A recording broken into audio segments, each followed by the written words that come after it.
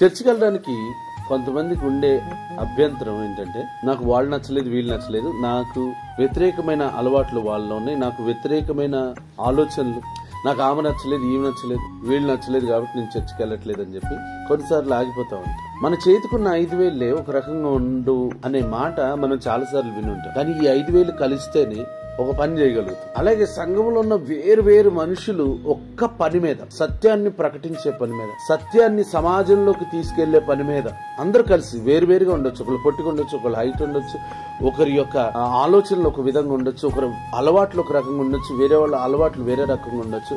కానీ అందరం కలిసి ఒక శరీరంలో భాగమై నడుచుకోగలిగితే ఈరోజు సమాజంలో సంఘం అంటే భయం కలుగుతుంది. ఈరోజు చర్చికి వెళ్ళండి, చర్చికి వెళ్ళినప్పుడు గుర్తుంచుకోవాల్సి, అందరూ ఒక రకంగా ఉండరు, కానీ అందరూ మనవారే, మనము సంఘంలో భాగమై ఉన్నాం అనే విషయాన్ని గుర్తుంచుకొని చర్చికి వెళ్ళండి.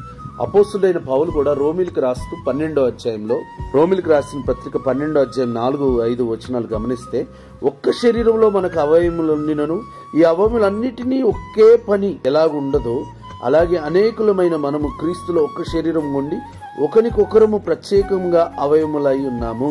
చూడండి, చెయ్యి ఒక పని చేస్తుంది, కాలు ఒక పని చేస్తుంది, కళ్ళు ఒక పని చేస్తాయి, బ్రెయిన్ ఒక పని చేస్తుంది. ఎలాగైతే అవయవాలన్నీ ఒక్కొక్క దానికి ఒక్కొక్క పని ఉన్నా గానీ అందరూ ఒకటే పర్పస్ మీద, ఒకటే ఆలోచన కొరకు పని చేస్తారు. అలాగే మన అందరం కూడా వేరు పనులు చేస్తాము, వేరు క్రమంలో ఉన్నాం, వేరు ఉద్దేశాలతో ఉన్నాం, వేరు పనులు చేస్తాం. కానీ అందరం కూడా ఒక ఉద్దేశం కొరకు చేయగలిగితే సంఘం అంటే సమాజంలో భయం కలుగుతుంది. సమాజంలో ఉన్న వారందరికీ కూడా సత్యాన్ని మనం చూపించగలుగుతాం.